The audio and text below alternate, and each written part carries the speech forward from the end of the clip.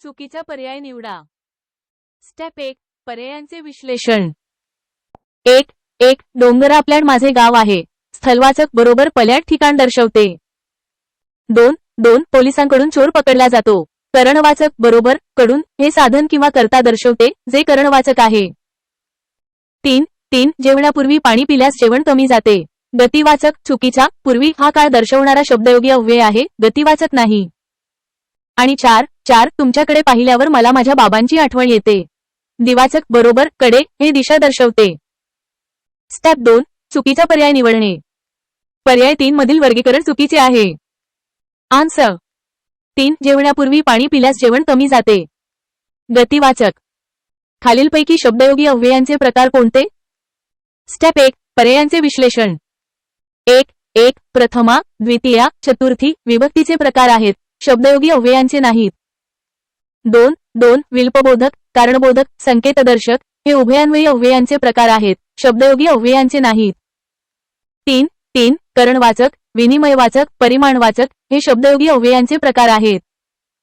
आणि 4 कर्तरी, कर्मणी, भावे हे प्रयोगाचे प्रकार आहेत, शब्दयोगी अव्ययांचे नाहीत। स्टेप 2 योग्य पर्याय निवडणे। पर्याय 3 हे शब्दयोगी अव्ययांचे प्रकार आहेत। आन्सर 3 करणवाचक, विनिमयवाचक, परिमाणवाचक। योग्य पर्याय शोधा। स्टेप 1 विधानांचे विश्लेषण। 1 नाम, विशेषण, धातू, क्रियाविशेषण यांपासून तयार केलेल्या अव्ययांना साधित शब्दयोगी अव्यये म्हणतात। हे विधान बरोबर आहे। 2 जी शब्दयोगी अव्यये नामाला किंवा सर्वनामाला जोडल्यास त्या नामाचे किंवा सर्वनामाचे सामान्य रूप होत नाही त्यांना शुद्ध शब्दयोगी अव्यये म्हणतात। हे विधान बरोबर आहे। आणि 3 शब्दयोगी अव्यये विभक्ती प्रत्ययाप्रमाणे वापरतात। हे विधान बरोबर आहे। स्टेप 2 योग्य पर्याय निवडणे। सर्व विधाने बरोबर असल्याने योग्य पर्याय सर्व बरोबर हा आहे। आन्सर 4 सर्व बरोबर। 5 योग्य पर्याय निवडा।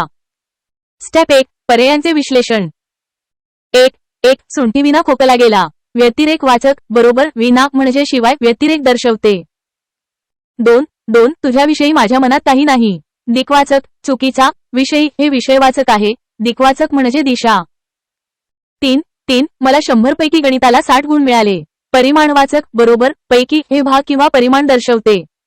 आणि 4 मला माझ्या मनाजोगे स्थळ मिळाले, भागवाचक चुकीचा, जोगे हे योग्यतावाचक आहे, भागवाचक नाही। स्टेप 2 योग्य पर्याय निवडणे। पर्याय 1 आणि 3 बरोबर आहेत, परंतु प्रश्न एकच योग्य पर्याय निवडण्यास सांगत असल्याने आणि पर्याय 1 अधिक स्पष्ट असल्याने तो निवडला आहे। आन्सर 1 सुंठीविना खोकला गेला। व्यतिरेक वाचक। 6 शब्दयोगी अव्यय व ते कोणत्या विभक्ती प्रत्ययाचे कार्य करतात यांच्या योग्य जोड्या लावा। स्टेप 1 जोड्यांचे विश्लेषण। 1 भारतापेक्षा पाकिस्तान आकाराने लहान आहे, पेक्षा हे तुलना दर्शवते जे पंचमी विभक्तीचे कार्य करते।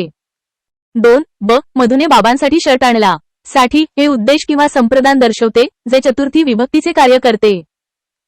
3 तुझ्याकडून हे काम होणार नाही, कडून हे कर्ता किंवा साधन दर्शवते जे तृतीया विभक्तीचे कार्य करते। आणि 4 कृष्ण अर्जुनाप्रत बोलला, प्रत हे जवळ जाणे किंवा द्वितीया विभक्तीचे कार्य करते। स्टेप 2 योग्य क्रम लावणे। A4 B1 K2 D3। Answer A4 B1 K2 D-3। AI responses may include mistakes. Answer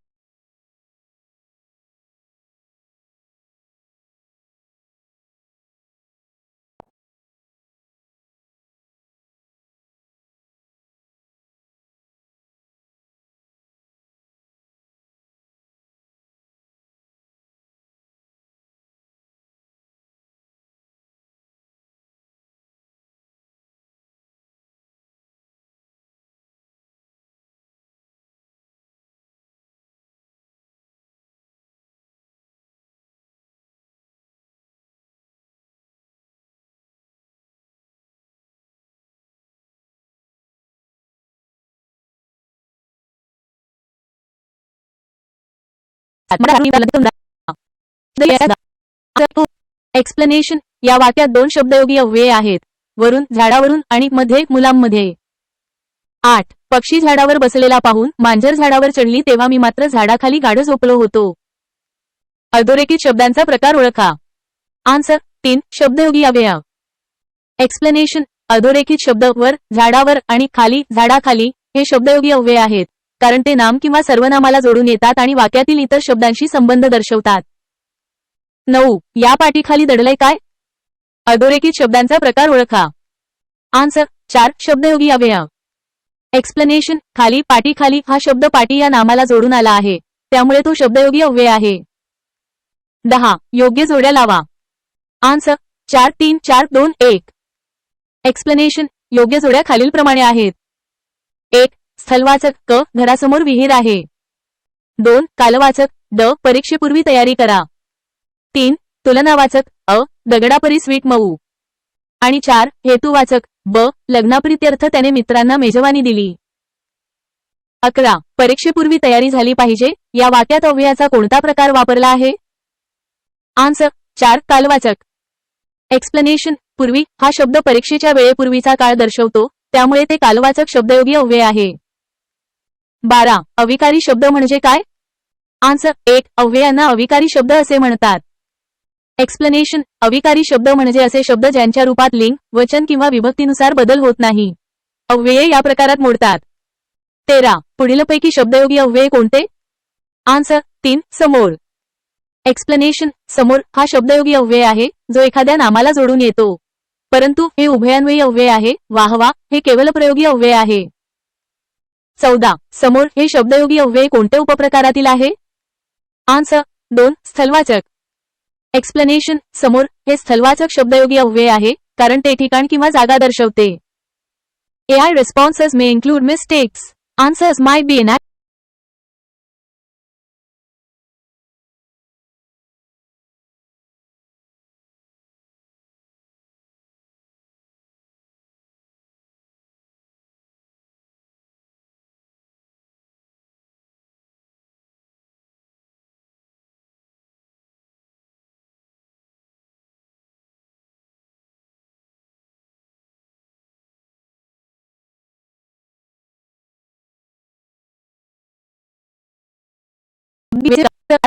शब्दयोगी अव्ययांचे कालवाचक, स्थलवाचक आणि तुलनावाचक हे सर्व प्रकार आहेत. 16. वाक्यातील शब्दयोगी अव्यय. आन्सर 4. झाडाखाली. उन्हाच्या वेळी त्या झाडाखाली गुरेढोरे उभी राहतात. या वाक्यात झाडाखाली हे शब्दयोगी अव्यय आहे, जे झाड या नामाला जोडून आले आहे. 17. शुद्ध शब्दयोगी अव्यय. आन्सर 1. कुत्रा सुद्धा.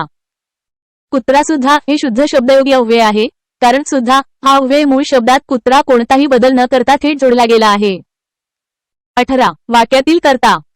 आन्सर 3. सविकरणी तृतीयांत. मांजराकडून उंदीर मारला गेला या वाक्यातील कर्ता मांजराकडून हा सविकरणी तृतीयांत आहे, कारण कर्त्याला कडून हा तृतीया विभक्तीचा प्रत्यय लागला आहे. 19. शब्दयोगी अव्यय प्रकार. आन्सर 2. हेतुवाचक. उपचारासाठी या शब्दात साठी हा शब्दयोगी अव्यय हेतू, उपचार करणे दर्शवतो, म्हणून तो हेतुवाचक प्रकार आहे. AI responses may include mistakes. Answers might be inaccurate.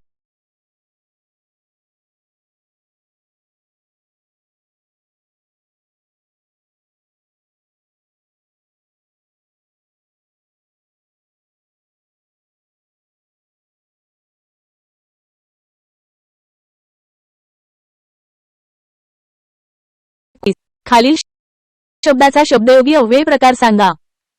Answer 2. हेतुवाचक. उपचारासाठी या शब्दातील साठी हा शब्दयोगी अव्यय आहे. साठी हा शब्द उद्देश किंवा हेतू व्यक्त करतो, म्हणून हा हेतुवाचक शब्दयोगी अव्ययाचा प्रकार आहे. 20. साठी कारणे, करिता, अर्थी, प्रित्यर्थ, निमित्त यांपैकी शब्दयोगी अव्यये किती आहेत? आन्सर 3. सर्वच. दिलेले सर्व शब्द साठी, कारणे, करिता, अर्थी, प्रित्यर्थ, निमित्त हे शब्दयोगी अव्यय आहेत, जे वाक्यात उद्देश किंवा हेतू दर्शवतात. 21. योग्य शब्दयोगी अव्ययाचा वाक्यात उपयोग करा. आन्सर 3. केवळ. रिकाम्या जागी केवळ हा शब्द योग्य आहे, कारण तो फक्त किंवा मात्र या अर्थाने वापरला जातो. वाक्य पूर्ण झाल्यावर असा अर्थ होतो की केवळ डोळ्यांनी पाहून देव दिसत नाही, त्यासाठी अंतर्चक्षूंची गरज असते. सुद्धा, फक्त आणि पण हे इतर पर्याय संदर्भाला योग्य बसत नाहीत. AI responses may include mistakes. Answers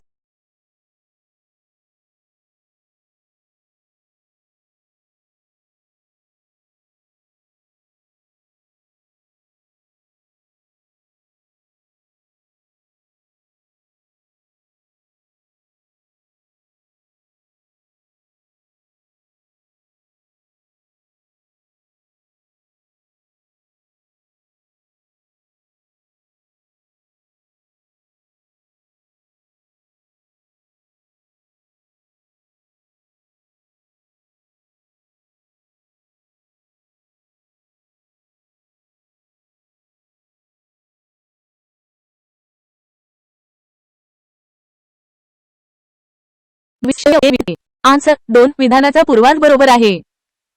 1 शब्दयोगी अव्यये पोस्टपोजिशन्स वाक्यात स्वतंत्रपणे येऊ शकतात. हा विधानाचा पूर्वार्ध बरोबर आहे.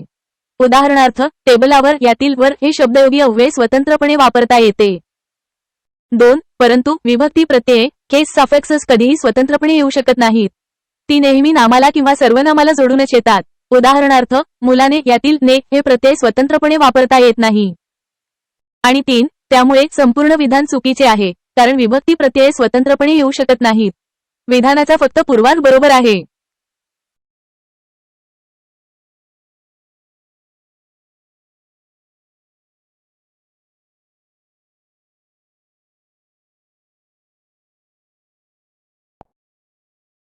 AI responses may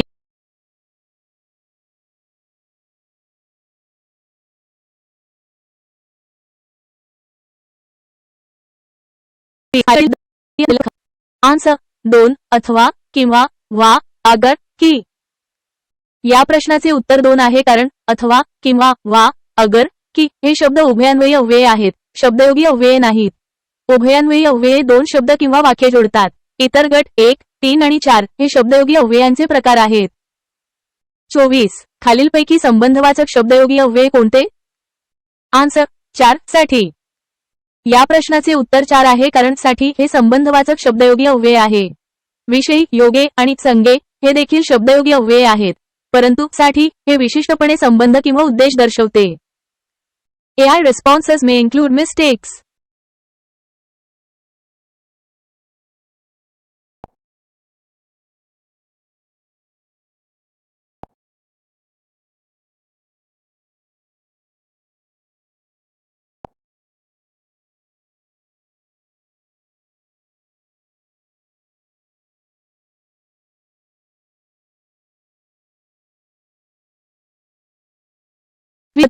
आन्सर 1 अ ब बरोबर.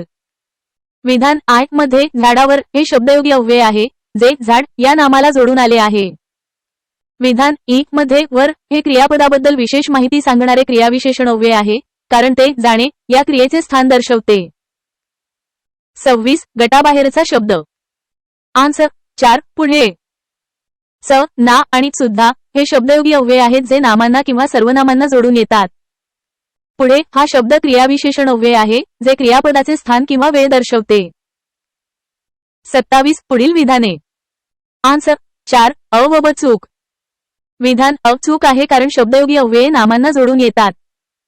विधान ब चूक आहे, कारण शब्दयोगी अव्यये अविकारी शब्द आहेत, म्हणजे त्यांच्यात लिंग, वचन किंवा विभक्तीनुसार बदल होत नाही. 28 ऐवजी या शब्दयोगी अव्ययाचा उपप्रकार. आन्सर 4 विनिमयवाचक. ऐवजी हे शब्दयोगी अव्यय एका वस्तूच्या बदल्यात दुसरी वस्तू किंवा एका क्रियेच्या जागी दुसरी क्रिया असा विनिमय दर्शवते. 29 आज्ञेवर हुकूम या शब्दयोगी अव्ययाचा प्रकार. आन्सर 2 योग्यतावाचक. आज्ञेवर हुकूम हे शब्दयोगी अव्यय आज्ञेनुसार किंवा योग्यतेनुसार असा अर्थ व्यक्त करते, म्हणून ते योग्यतावाचक आहे. 30 प्रात प्रति कडे लागी. आन्सर 4 संबंधवाचक. प्रत प्रति कडे लागी ही शब्दयोगी अव्यये 2 संज्ञांमधील संबंध दर्शवतात. 31 तुम्ही म्हणालात तर आम्ही देखील नाटकाला येऊ. आन्सर 3 शुद्ध शब्दयोगी अव्यय. देखील हे शुद्ध शब्दयोगी अव्यय आहे, जे मागील शब्दाचे सामान्य रूप न करता त्याला थेट जोडून आले आहे. 32 सारखा या शब्दयोगी अव्ययाचा प्रकार. आन्सर 1 योग्यतावाचक. सारखा हे शब्दयोगी अव्यय 2 गोष्टींमधील समानता किंवा योग्यता दर्शवते. 33 दगडापरी स्वीट मऊ. आन्सर 2 तुलनावाचक. परीस हे शब्दयोगी अव्यय दगड आणि वीट यांच्यात तुलना दर्शवते. 34 व्यतिरेकवाचक शब्दयोगी अव्यय नाही. आन्सर 4 निराळा. विना खेरीज आणि देखील ही व्यतिरेकवाचक शब्दयोगी अव्यये आहेत, जी वगळण्याचा अर्थ व्यक्त करतात. निराळा हा शब्द या गटात मोडत नाही. 35 शब्दयोगी अव्यये कोणत्या शब्दजातीला जोडून येतात? आन्सर 1 नाम. शब्दयोगी अव्यये प्रामुख्याने नामांना जोडून येतात आणि कधीकधी सर्वनाम किंवा क्रियाविशेषणांना देखील जोडून येतात, परंतु नाम हा मुख्य प्रकार आहे. 36 पेक्षा तर तम मध्ये परीस. आन्सर 4 तुलनावाचक. दिलेले सर्व शब्द 2 वस्तू किंवा गुणधर्मांमध्ये तुलना दर्शवतात. 37 शुद्ध शब्दयोगी अव्यय ओळखा. आन्सर 4 गाय सुद्धा. सुद्धा हे शुद्ध शब्दयोगी अव्यय आहे कारण ते गाय या शब्दाला सामान्य रूप न करता थेट जोडून आले आहे. इतर पर्यायांमध्ये सामान्य रूप झाले आहे. 38 विसंगत जोडी कोणती? Answer 1 I D E. योग्य जोड्या. ए विशेषण साधित अव्यय ई एकत्र. बी नामसाधित अव्यय आय अर्थात. सी अव्यय साधित अव्यय आय वी येथपर्यंत. डी प्रत्यय साधित अव्यय ई मनःपूर्वक. 39 वर या नामाचे शब्दजाती बदलून शब्दयोगी परिवर्तन. आन्सर 3 पक्षी झाडावर बसतो. या वाक्यात वर हे झाड या नामाला जोडून आलेले शब्दयोगी अव्यय म्हणून वापरले आहे. इतर पर्यायांमध्ये वर हे नाम किंवा क्रियापद म्हणून वापरले आहे. 40 सारखा या शब्दयोगी अव्ययाचा प्रकार. आन्सर 2 साधित शब्दयोगी अव्यय. सारखा हा मूळचा विशेषण शब्द आहे जो येथे शब्दयोगी अव्यय म्हणून वापरला गेला आहे म्हणून तो साधित शब्दयोगी अव्यय आहे. 41 सुद्धा देखील ही केवळ फक्त. आन्सर 1 फक्त बरोबर बाकी सर्व चूक. हे सर्व शब्द संग्रहवाचक शब्दयोगी अव्यय आहेत कारण ते संग्रहाचा किंवा मर्यादेचा अर्थ व्यक्त करतात. AI response.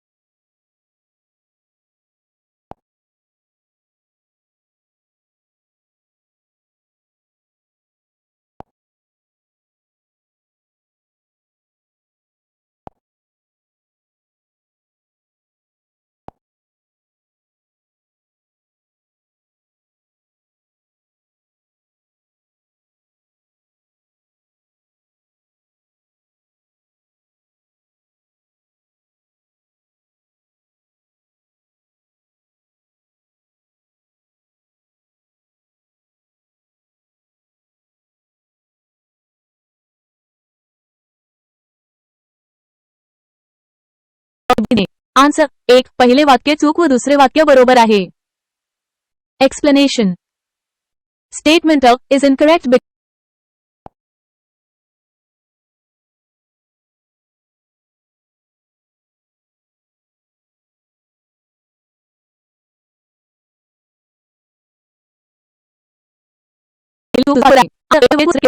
एक्सप्लेनेशन.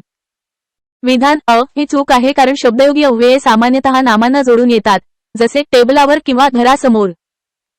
विधान ब हे बरोबर आहे कारण काही शब्दयोगी अव्यये क्रियापदे उदा येऊन सारखी अव्यये किंवा क्रियाविशेषणे उदा खालून वरून यांना जोडून येतात.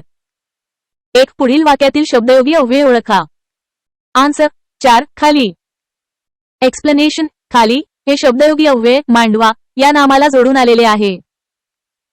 1 पुढीलपैकी शब्दयोगी अव्यय असलेले वाक्य. आन्सर 2 पुलाखालून बरेच पाणी वाहून गेले होते.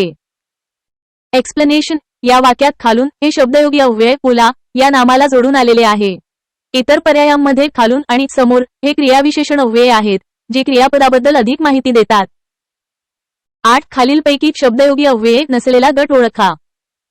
आन्सर 4 पण बाकी परंतु परी. एक्सप्लेनेशन. पण बाकी परंतु परी ही उभयान्वयी अव्यये आहेत जी 2 वाक्य किंवा 2 शब्द जोडतात. इतर गट हे स्थलदर्शक किंवा इतर प्रकारची शब्दयोगी अव्यये आहेत. पुढील विधाने वाचून योग्य उत्तर लिहा.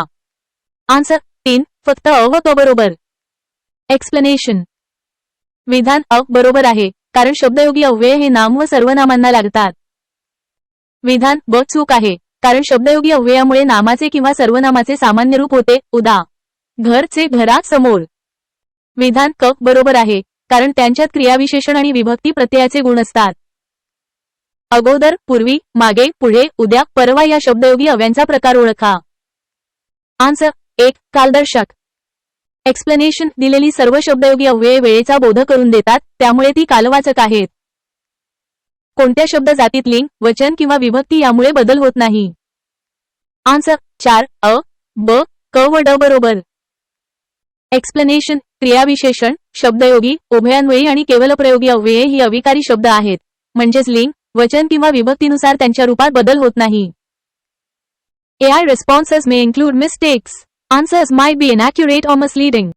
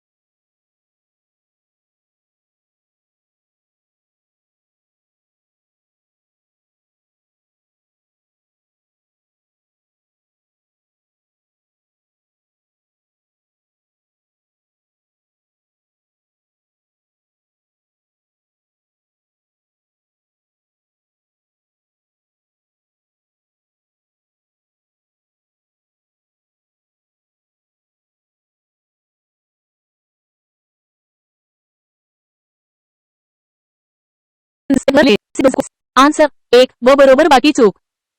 घरावर या शब्दात घर या नामाला वर हे शब्दयोगी अव्यय लागले आहे. वर हे स्थानवाचक शब्दयोगी अव्यय आहे जे घराचे स्थान दर्शवते.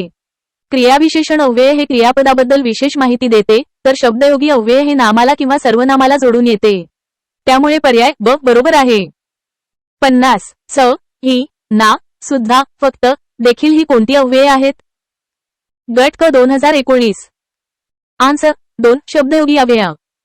ही अव्यये नामांना किंवा सर्वनामांना जोडून येतात आणि वाक्यातील इतर शब्दांशी संबंध दर्शवतात, म्हणून ती शब्दयोगी अव्यये आहेत.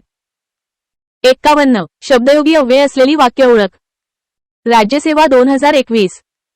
आन्सर 2 केवळ अ व जी बरोबर, बी व सी चूक. 1 अ घराजवळ जवळ हे शब्दयोगी अव्यय आहे. 2 बी आणि हे उभयान्वयी अव्यय आहे जे दोन शब्द किंवा वाक्य जोडते. 3 सी म्हणून हे गौणत्वसूचक उभयान्वयी अव्यय आहे. आणि 4 डी प्रेमापुढे पुढे हे शब्दयोगी अव्यय आहे. त्यामुळे केवळ अ आणि डी ही वाक्य शब्दयोगी अव्यय असलेली आहेत. 52 साठी स्तव प्रति ई विभक्ती प्रतिरूपक शब्दयोगी अव्ययी शब्दांचा वापर कोणत्या विभक्तीत केला जातो? तांत्रिक -22. आन्सर 3 चतुर्थी. साठी स्तव करिता यांसारखी अव्यये चतुर्थी विभक्तीमध्ये वापरली जातात, कारण ती उद्देश किंवा हेतू दर्शवतात. 53 तुझ्यास्तव मला त्यांच्याकडे जावे लागेल. राज्यसेवा -22. आन्सर 3 अ चूक, बी व सी बरोबर.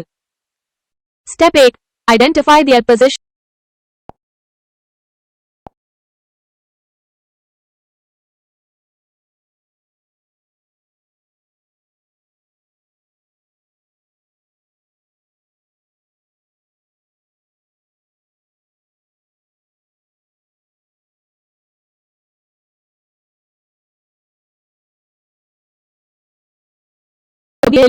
आन्सर 2 केवळ अ व जी बरोबर, बी व सी चूक.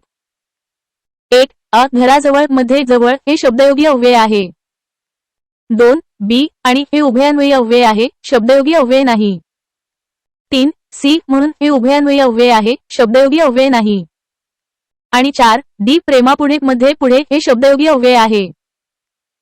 52 साठी स्तव प्रति ई विभक्ती प्रतिरूपक शब्दयोगी अव्ययी शब्दांचा वापर कोणत्या विभक्तीत केला जातो? आन्सर 3 चतुर्थी. साठी स्तव प्रति यांसारखे शब्द चतुर्थी विभक्तीचे कार्य करतात. 53 तुझ्यास्तव मला त्यांच्याकडे जावे लागेल. आन्सर 3 अ चूक, बी व सी बरोबर. 1 अ वाक्यात फक्त एकच शब्दयोगी अव्यय आहे, तुझ्यास्तव. त्यांच्याकडे हे देखील शब्दयोगी अव्यय असले तरी पर्यायानुसार अ चूक ठरते. 2 बी स्तव हे अव्यय हेतू किंवा कारण दर्शवते, म्हणून ते हेतुवाचक शब्दयोगी अव्यय आहे. आणि 3 सी वाक्यात तुझ्यास्तव हे एकच मुख्य शब्दयोगी अव्यय आहे. AI responses may include mistakes. Answers might be inaccurate or misleading.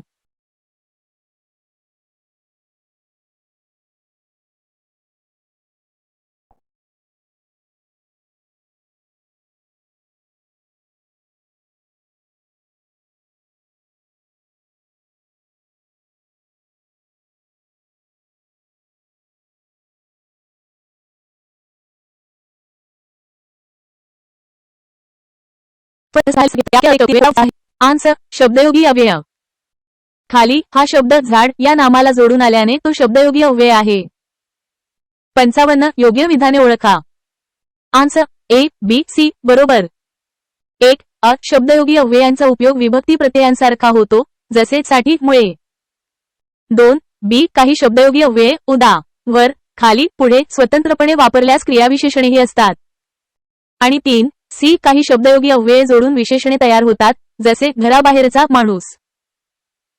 56 च देखील, ना, पण, मात्र, सुद्धा ही कोणती शब्दयोगी अव्यये आहेत? योग्य पर्याय लिहा. आन्सर कैवल्यवाचक. ही अव्यये केवळ फक्त किंवा मर्यादेचा अर्थ व्यक्त करतात, म्हणून ती कैवल्यवाचक शब्दयोगी अव्यये आहेत.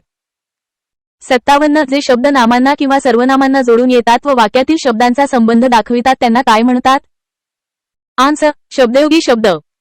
नामांना किंवा सर्वनामांना जोडून येणारे व वाक्यातील इतर शब्दांशी संबंध दाखवणारे शब्द हे शब्दयोगी अव्यय, शब्दयोगी शब्द असतात.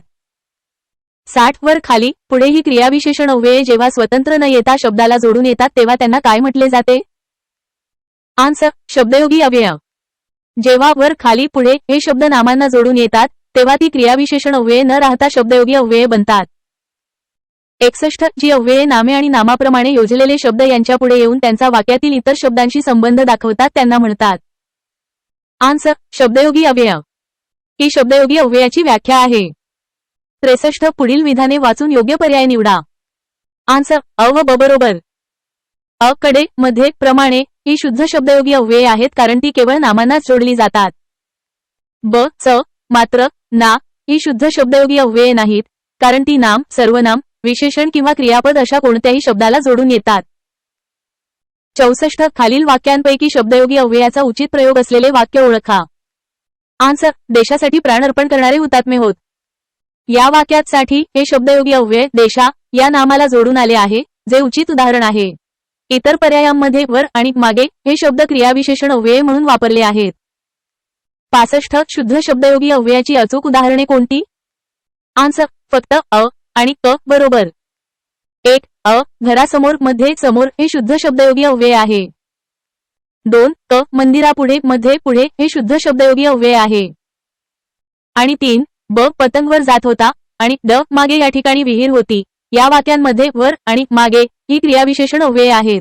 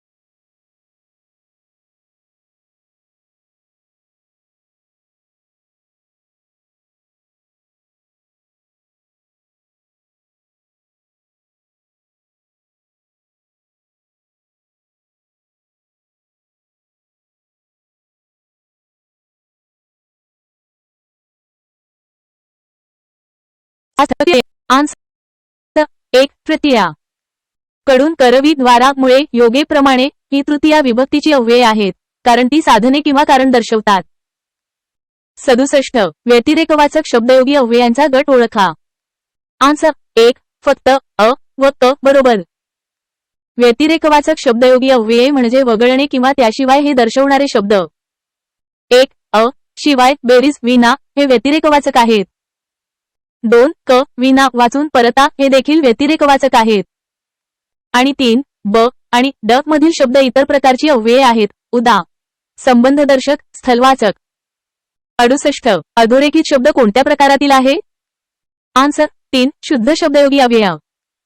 सुद्धा हा शब्द आम्ही या सर्वनामाला जोडून आला आहे आणि तो केवळ जोर देण्यासाठी वापरला आहे त्याचे स्वतःचे स्वतंत्र व्याकरणिक कार्य नाही.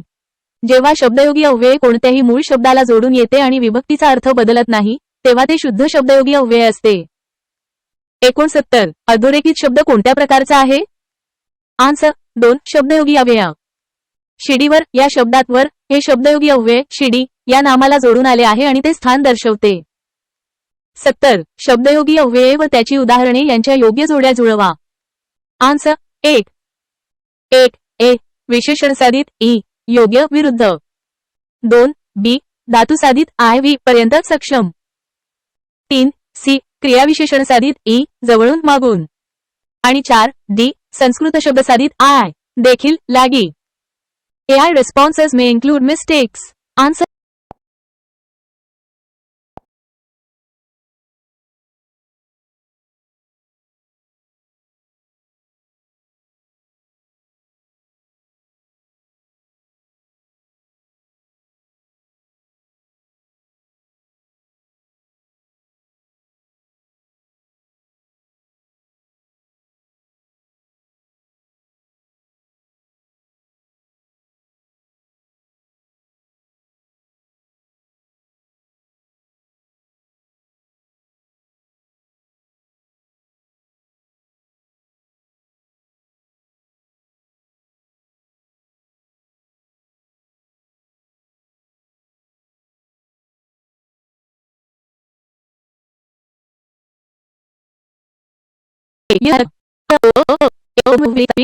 2 ब एकूण उभयान्वयी अव्यय 8 असून त्यांचे 2 गट पडतात, प्रधानत्वसूचक आणि गौणत्वसूचक. 3 क उभयान्वयी अव्ययाने जर 2 शब्द जोडले तर ते नेहमी एका जातीचे असतात, उदा. नाम आणि नाम किंवा विशेषण आणि विशेषण. आणि 4 ड काही प्रकरणांमध्ये क्रियाविशेषणे आणि सर्वनामे सुद्धा उभयान्वयी अव्ययाचे कार्य करतात, उदा. जेथे हे सर्वनाम क्रियाविशेषण अव्यय म्हणून वापरले जाऊ शकते. 2 कोणत्या वाक्यात सर्वनामांचा वापर उभयान्वयी अव्ययाप्रमाणे केला आहे? आन्सर 1 जो आवडतो सर्वांना तोची आवडे देवाला. या वाक्यात जो आणि तो ही संबंधी सर्वनामे 2 वाक्ये जोडण्याचे काम करत आहेत, म्हणजेच उभयान्वयी अव्ययाप्रमाणे कार्य करत आहेत. 3 कोणत्या वाक्यात क्रियाविशेषण अव्ययाचा उभयान्वयी अव्ययाप्रमाणे वापर केला आहे? आन्सर 2 आपण आलात म्हणून जीव भांड्यात पडला. या वाक्यात म्हणून हे क्रियाविशेषण अव्यय 2 वाक्यांना जोडत आहे आणि परिणामबोधक उभयान्वयी अव्यय म्हणून कार्य करत आहे. AI responses may include mistakes. Answers might be inaccurate.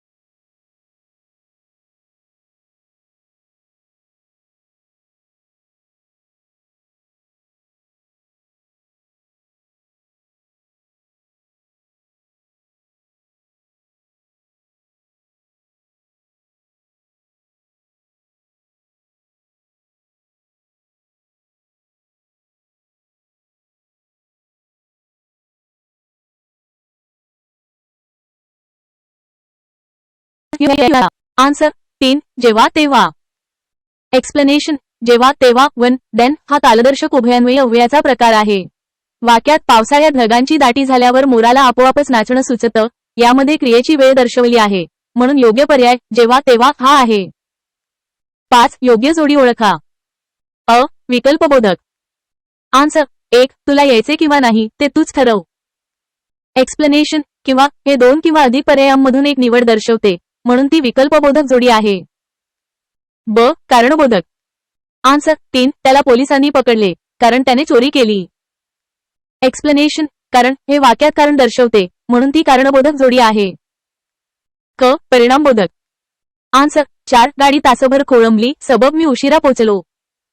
Explanation सबब हे वाक्यातील क्रियेचा परिणाम दर्शवते, म्हणून ती परिणामबोधक जोडी आहे. ड स्वरूपबोधक. आन्सर 2 विनंती अर्ज ऐसाजे. एक्सप्लेनेशन ऐसाजे हे मागील शब्दाचे किंवा वाक्याचे स्वरूप स्पष्ट करते, म्हणून ती स्वरूपबोधक जोडी आहे. AI responses may include mistakes. Answers might be inaccurate or misleading. Double check for accuracy.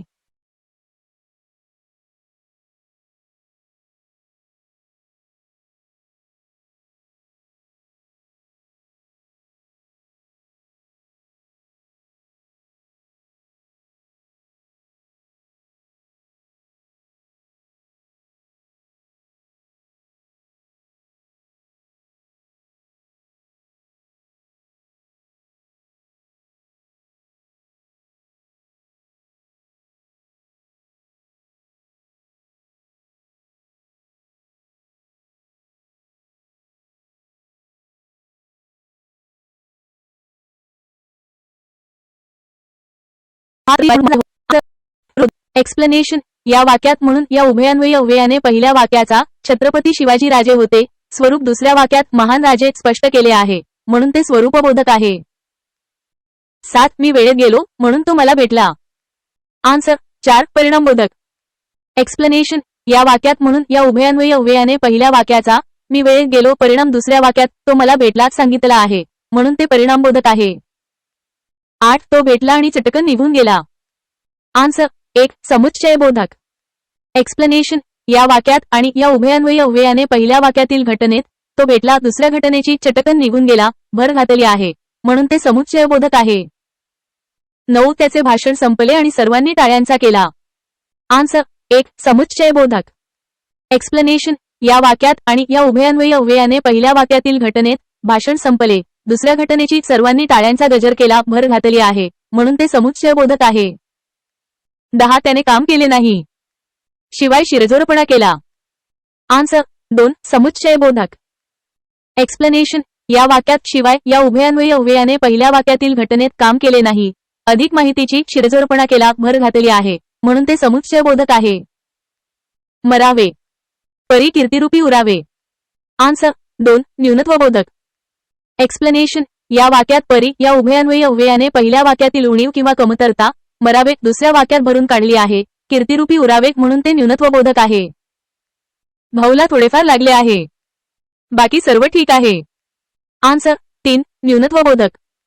Explanation या वाक्यात बाकी या उभयान्वयी अव्ययाने पहिल्या वाक्यातील उणीव किंवा कमतरता थोडेफार लागले आहे दुसऱ्या वाक्यात भरून काढली आहे सर्व ठीक आहे म्हणून ते न्यूनत्वबोधक आहे. परंतु बाकी ही उभयान्वयी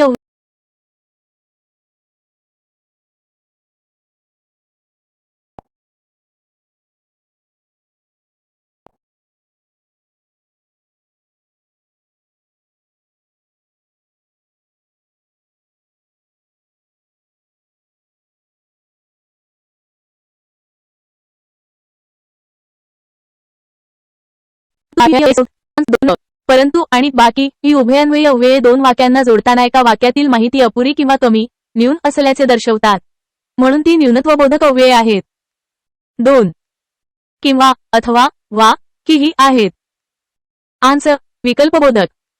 किंवा अथवा वा की या अव्ययांचा उपयोग दोन किंवा अधिक गोष्टींपैकी एक निवडण्यासाठी विकल्प केला जातो त्यामुळे गाळलेल्या जागी विकल्पबोधक हा योग्य शब्द आहे. AI responses may include mistakes. Answers might be inaccurate.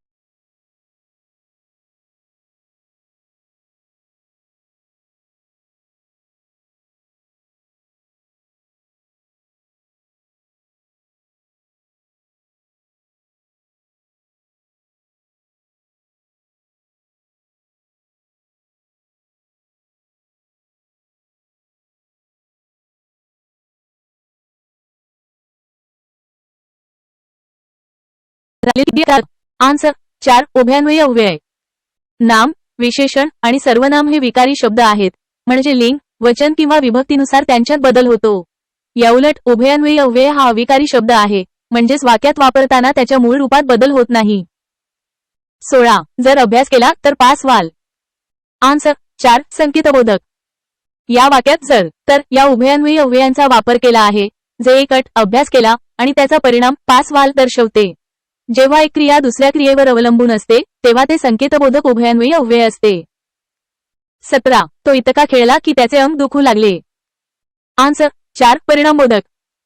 या वाक्यात की हे उभयान्वयी अव्यय आहे जे पहिल्या वाक्यातील घटनेचा तो इतका खेळला परिणाम अंग दुखू लागले दर्शवते. 18 समुच्चयबोधक उभयान्वयी अव्यय कोणते? आन्सर 4 आणि हे समुच्चयबोधक उभयान्वयी अव्यय आहे कारण ते दोन किंवा अधिक गोष्टी शब्द किंवा वाक्य एकत्र जोडण्याचे काम करते. बाकी की आणि म्हणून हे इतर प्रकारचे अव्यय आहेत. 19 देह जावो अथवा राहो. पांडुरंगी दृढ भावो या अवतरणातील उभयान्वयी अव्ययाचा प्रकार कोणता? आन्सर 1 विकल्पबोधक. या वाक्यात अथवा या उभयान्वयी अव्ययाचा वापर केला आहे जे दोनपैकी एक पर्याय निवडण्याचा किंवा एक विकल्प सुचवण्याचा बोध करून देते. 20 पळाला म्हणून तो बचावला या वाक्यातील म्हणून हे कोणते उभयान्वयी अव्यय आहे? आन्सर 4 परिणामदर्शक. या वाक्यात म्हणून हे अव्यय पहिल्या वाक्यातील क्रियेचा पळाला परिणाम बचावला दर्शवते त्यामुळे ते परिणामदर्शक उभयान्वयी अव्यय आहे.